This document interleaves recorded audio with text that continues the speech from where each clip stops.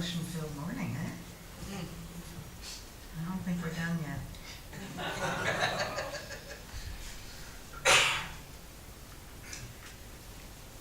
This is an interesting day in history. Henry David Thoreau's birthday. Is that marvelous? Adlai Stevens' passing day. Stevenson's. Yeah.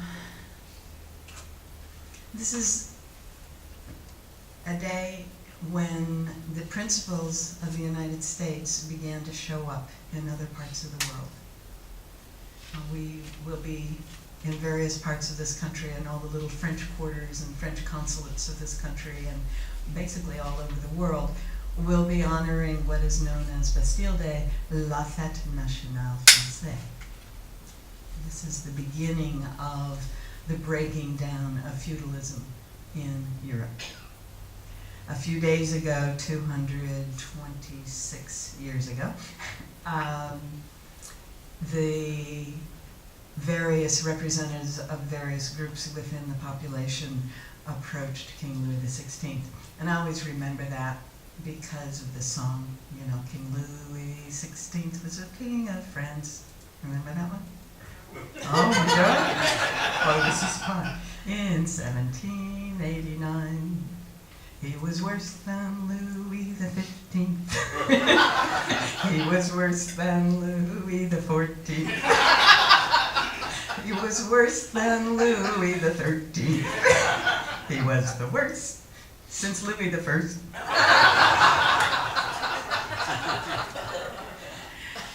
I was a babysitter. It was on the record player.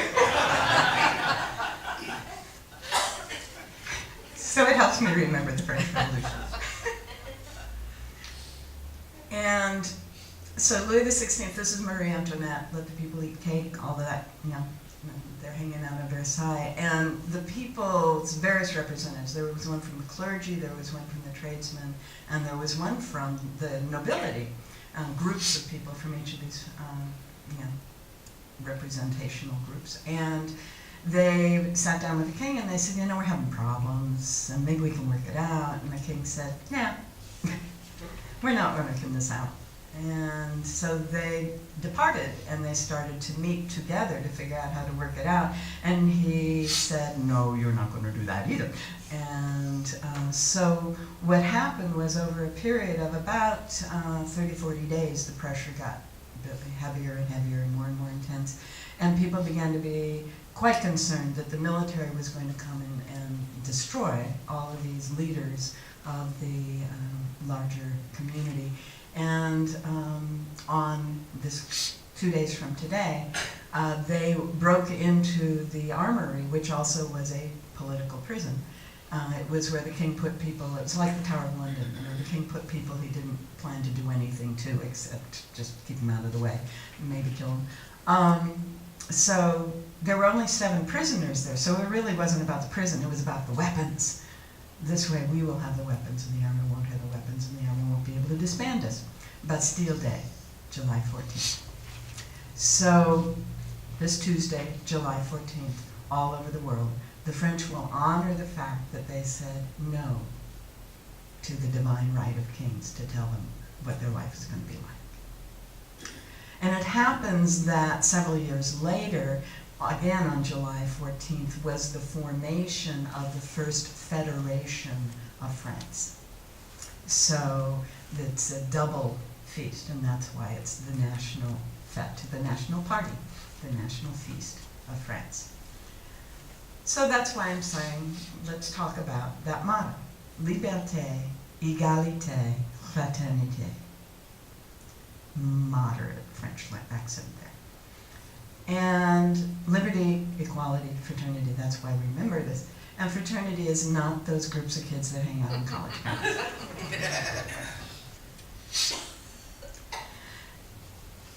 We don't really know where that slogan came from, and we do know that the people who were most active in this process were highly intellectual. I know virtually all of you have seen Les Mis because you had to. I mean, we had Sally doing it, right? But if you haven't seen Les Mis, or you may not have that visceral response. So yeah, those are the kids behind the barricades in the streets, right? For historians, when the kids went behind the barricades in the 60s, they were going, oh my goodness, is it going to happen again? In the 1960s. But in the 1780s, it was school kids mostly who were maintaining the emphasis, the motive, the continuing motion of the French Revolution from Bastille Day forward. They kept raising it and raising it. And the guy who told them what they needed to say was a philosopher named Robespierre. And Robespierre had actually been involved in helping to create the United States of America. 1789, does anyone remember, is the ratification of the American Constitution. So we have both of these things coming together at the same time. Why those words? Why liberty and equality and fraternity? And what's interesting is the fraternity kept getting dropped. It would be liberty, equality, justice, liberty, equality, virtue, liberty, equality, strength, liberty, equality, and something else, right? And the fraternity kept getting dropped. And the reason it kept getting dropped was it came out of Christianity. The concept of brotherhood is a Christian concept. And what the French Revolution was in part was whatever it was that was controlling us before, we're throwing away. The metric system came out of the French Revolution. Okay? An inch is basically the first joint of the thumb. A centimeter and a meter were intentionally based on nothing. Isn't that interesting? In case you wondered why it never made sense to you. Right? They were intentionally throwing out any control systems so that Fraternité, wait a minute, that's about the church, we don't want that. So the intellectuals had all been in school. And those of you who did the Mystery Schools program with me a few weeks ago, may recall that the universities kind of took over from the mystery schools. And so there was, a deeper understanding, and the universities were all established by the Pope. They were independent corporations inaugurated by the Pope. So there was a strong connection with spirituality and religion in the training that people had, all the educated people who were in fact the people who were keeping this thing going. Make sense? So they're saying, no, I don't want to do that, but this is my context. But I don't want to do that, but this is what I know. No one here has ever had that problem.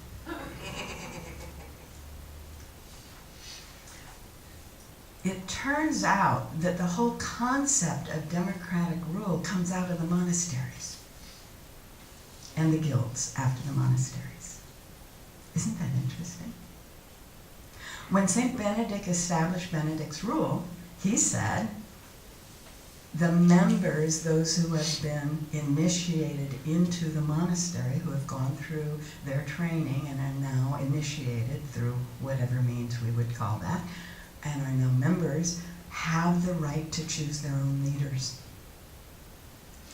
So most of the monasteries in France had been operating on a democratic process since 900 AD. And so, since the monasteries was where most people learned their basic whatever, reading, writing, arithmetic equivalent, almost everyone was aware of that. So there began to be this dynamic tension. On the one hand, the Pope and the bishops ran the church. On the other hand, in each abbey, in each monastery, everyone had the right to choose their own leadership. Well, the guilds were modeled on the monasteries.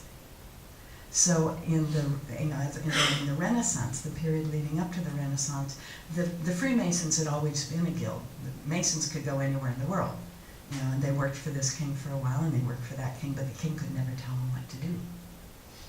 unlike everybody else, right? And so they'd always had their own guild, and they used the democratic process also. Well, there's a little connection between Benedict and the Freemasons, but that's another story. So we have the guilds emerging in the Renaissance, late 1400s, early 1500s, modeled themselves on the monasteries. So they're doing a democratic process also. So the tension begins to build even more. So we've got 500 years of the people in who are the teachers of everybody, choosing their leadership. And then we get the establishment of the universities in the 1200, which continues that tradition. They elected their own heads. And then we have the establishment of the guilds in the 1400s and 1500s, and they're electing their leadership. What's this king doing? Who's running the country here? And the people he's in charge of really is the army. Well, let's just take the army from it. And that was the thinking. Fraternité. It was out of that brotherhood of the monastery, or the sisterhood of the convent, that the leaders were elected. That's why it was so important. That interconnected mutual support, mutual respect, mutual understanding, that whole realization that we are one in the church, in the Christian terms, we are one in Christ. One in being, one in divinity, one in the love. What was interesting is there was never any argument about liberty and equality, just like Abraham Lincoln said, you can't have liberty without it. You can't have equality without the liberty. You can't, so the two go hand in hand. But this other one, you had to know to know. And if you didn't know, you didn't want to. So you pull something else.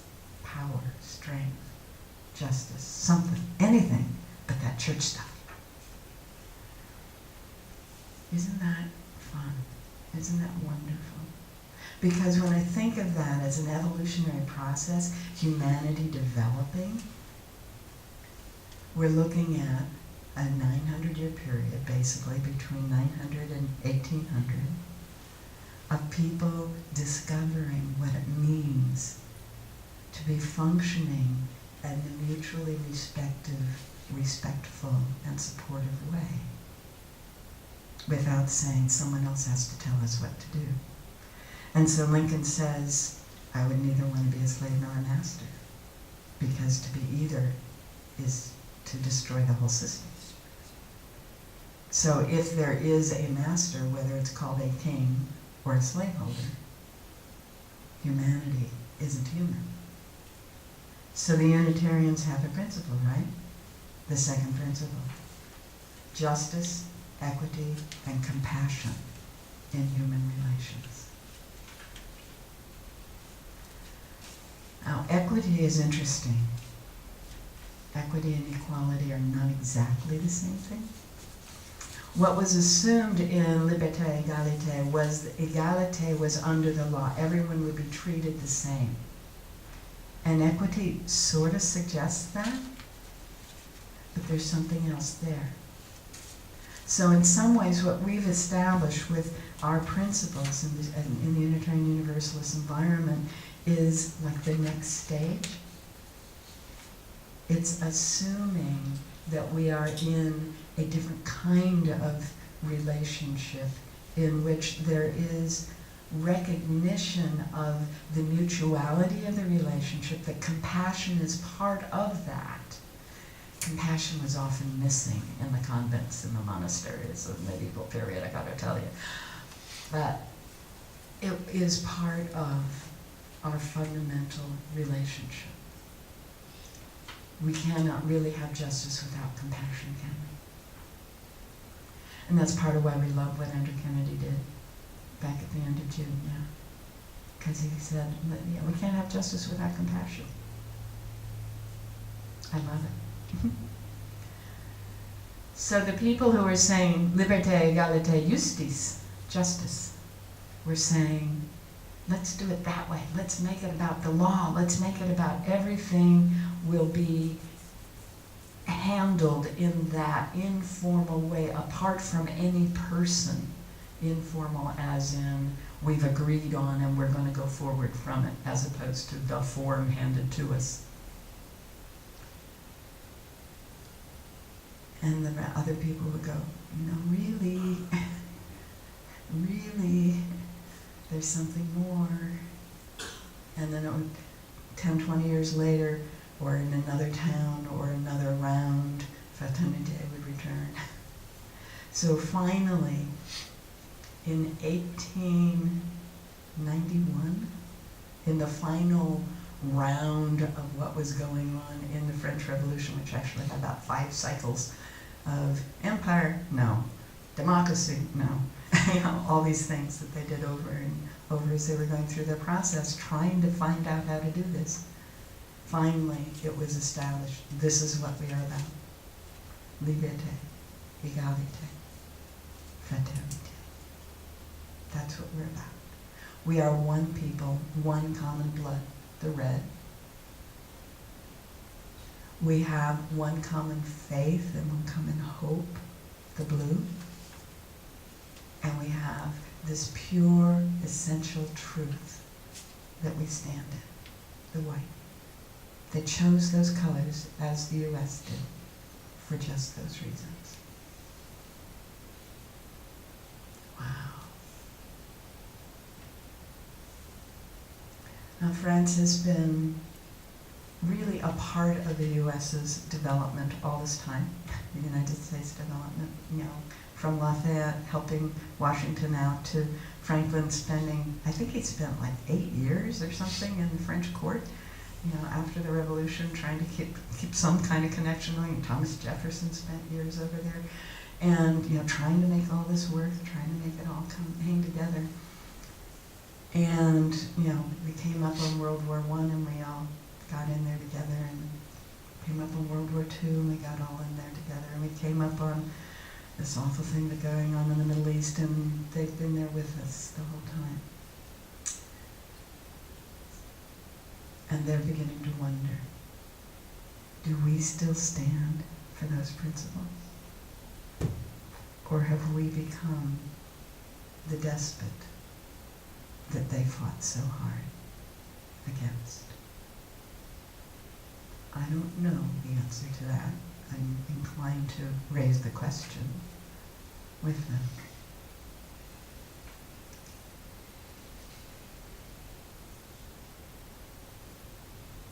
A month ago I was here talking about flags and symbols, and because the whole stars and bars thing is up, I'm going to flip a little bit.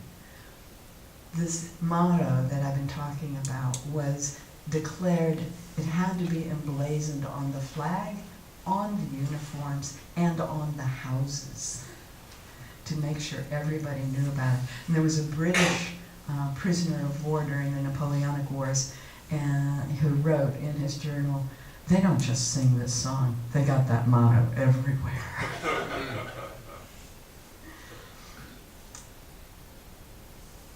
Most people have no idea that what we have called in our lives the Confederate flag was the battle flag of the Virginia military. They have no idea that this is a battle flag. They have no idea that even though the same colors were chosen, red, white, and blue, and the same symbols of the bars only at an angle, and the stars for all the hope and the brilliance and the life and the possibility were chosen. They were chosen long before Robert E. Lee became the general of the Confederacy. They were chosen by the Virginia militia as part of the United States of America. It was their unique contribution to this incredible place that we live in. And then when there was a disagreement about how the political structure would support the economics of the two regions, that same militia began to be used against the Union. That's the actual history. All right? The Confederate flag did not look like what is being flown. Isn't that interesting? And yet, we have all this emotional response for a lot of reasons because of how it's been used for the last 50 years out of ignorance.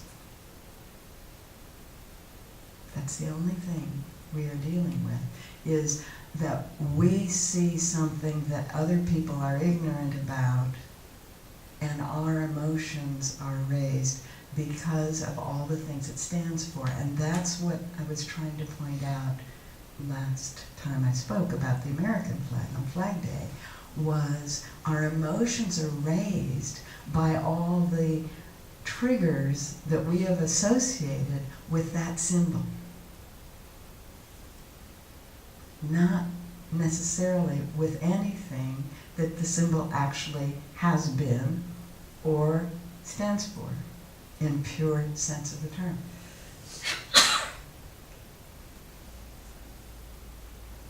I've mentioned in the past that my family has fought in every war since before the Revolution, and Paula and I share that. And we have family on both sides of the Civil War as well. And I figure if our family could pull it off, yeah, the country can pull it off. What in those generations back in my family happened was a realization that the slogan from the Revolution was the accurate thing. United we stand, divided we fall. That there is a contribution that the Northern idea, the Yankee idea about how things happen, and the Southern idea of how things happen, the two contribute to each other in a mutually supportive way.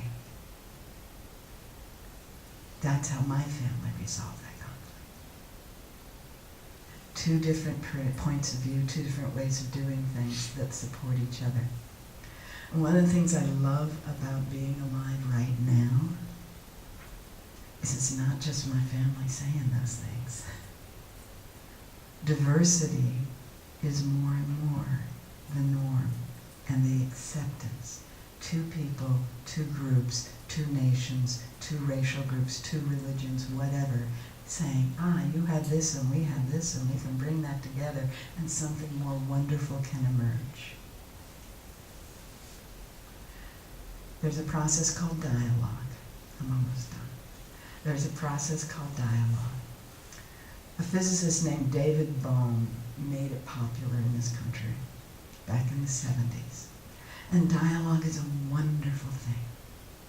In dialogue, I listen with my heart while you speak. And then you listen with your heart while I speak. And what emerges is something neither of us ever could have thought of, as that those two hearts, then what is being expressed, come together and something entirely new is created. If we can imagine that all of those people that we have been taught are different and not to be trusted, if all of those symbols that we have been taught are disturbing, if all of those ideas that we have been taught might get in our way, if we could imagine that perhaps connecting through the heart, something entirely new is emerging because this is happening. If we could imagine the qualities of that something new, then this time in our history will in fact be the transformation that all of our hearts long for. Thank you, Denise, for holding that place and that understanding. Thank you, Walt, for seeing that happen in that way. Thank you all for being and holding the space of a possibility that what was divided is coming together in a whole new way.